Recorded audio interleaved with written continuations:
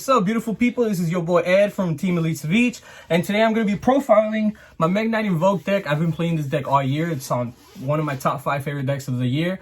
It's a deck that I've been playing for a long time. I think I've been playing it for over a couple of years, and it just gets better and better.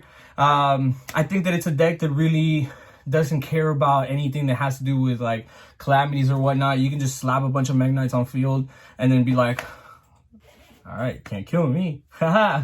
You know, you're not going to have any effects or whatever, but at least you're going to be able to put bodies on board to the point where next turn he can't OTK. So you'll be chilling. It also helps you to play around numerons. It also helps you to play around just things that people are playing as hardcore meta, because this is a kind of like anti-meta deck, kind of like rogue meta deck at the same time. All right, guys, hopefully you guys enjoyed. Let's go ahead and get into it. All right, guys, so getting into the profile, I'm going to show you guys the basic stuff. You got to play the 3 Alistairs. I've seen people play 2, and personally, I just don't see why the hell you would play 2. This is a combo starter. This is what you want to do. This is what you always want to have no matter what. Like, you don't have other normal summons, so this is where it's at, you know? After that, you want to play the 3 purples. Purple's a really good card. I think that this monster is one of the best monsters because of its attack being so high at 25. Everybody else is like 2k, 24, and then red being at 23, right? So this is just so good. Like, just sometimes you just want to attack or make more damage. You don't even need the effects, so just summon out and then, you know, attack for 25. That's a lot of damage. Blue, play 2 blues, yes sir, and then indigo and red. Yeah, that's all you really need for Mekk-Knights. Most of the time you don't really use this because a lot of monsters nowadays can't really be destroyed by card effects or like monster effects, right? And that's kind of an issue, but like I'm saying, sometimes it's all about the body and just the damage that you can make. All right, guys, so for the next cards, you got to play the 3 Ash. I think Ash is really good in this deck just because like I can stop anything. And it's like super necessary to have a couple of hand traps in this deck because you just play really small engines of everything. So 2 effect veilers and then 2 kaijus.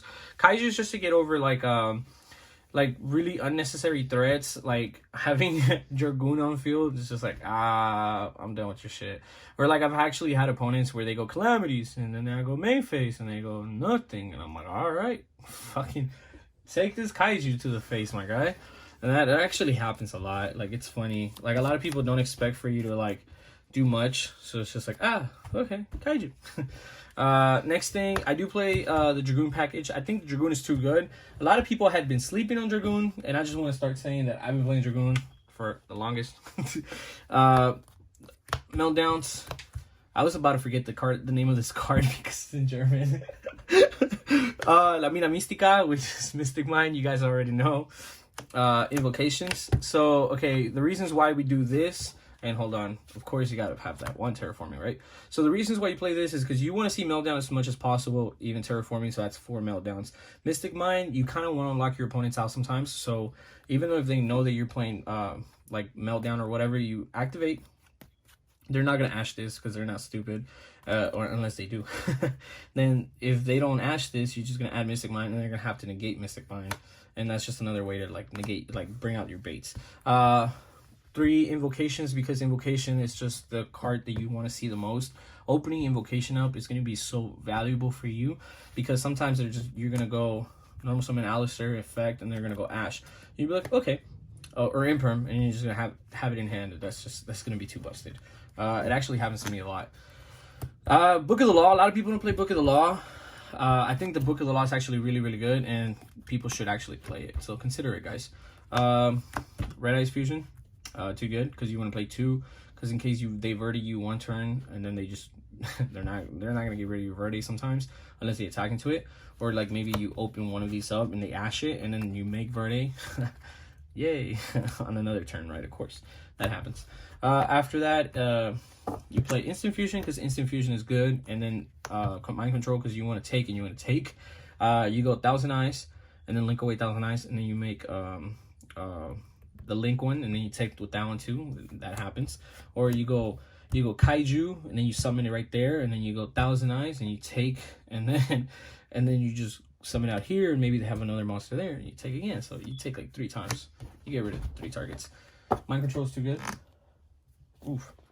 Monster Reborn. in World Legacy Succession because it comes in clutch.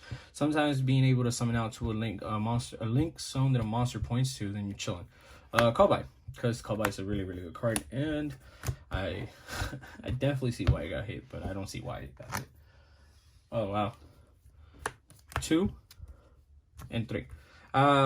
2 good. I was playing 3. I was playing 3 for a while. I think that this card is really good, and it actually gets you out of a lot of issues. A lot of monsters can't activate their effects if they're in that same column of a Mekk-Knight, which is actually stupid busted. So it helps you out with a lot of different things. Okay, so for the extra deck, you got to play the Kaiba token. If you're not playing the Kaiba token, you're not playing YuGiOh properly. 2 Amarash, because Amarash is really good. It actually comes in clutch a lot. I'm waiting for the Magius Link monster, and then I'm gonna replace one of these with the Magius Link monster, and I'm gonna go Amarash 1, and then the Magius Link monster 2. That would be the other one. It's actually really good. It's too stupid. Secret Gardener, because you go Amarash, you can Gardener, and that's okay. But what I like to do is I like to go Amarash, a Mekk-Knight, and then Verde, which is actually really busted. Continuing, Anima. I always forget this guy's name. I'm not gonna lie. Anima's too good. Lib. I've never ever made Lib because I don't have a World Legacy monster in my graveyard. So I threw this in a long time ago, thinking that it was gonna work out for me, and it just didn't. Mekk-Knight, the Morning Star, stupid busted. You make him, and then with like a Mekk-Knight, and then if you have the trap, you just special summon the Mekk-Knight back, and it's like negate on negate, because then you would just have this guy here, and then the other Mekk-Knight here, and then whatever they link into won't be able to activate their effects. I'm telling you, it's stupid busted. After that, Alistair Link monster, because in case they call by the grave your Alistair while you link away or something, you just make 2 monsters, make this, and then you still invocation, and then you add the Alistair back to your hand either way, so you're chilling. Crusadia, Abramax, because you can make him. The other card that I would actually replace this with would be IP. So IP. After that, Thousand Eyes, like I said, 2 Purgatrios, because Purgatrio is the best invoked monster that there is out there. Fight me. 2 Mekabus, and then Verde and Dragoon. That's all I really got to say about it. I think the deck is very direct. If you're not playing this deck properly, it can be really complicated. A lot of people play this deck very differently, which is perfectly fine. It doesn't mean that there's only one way to play this deck. I just think that there is a perfect way to play this deck.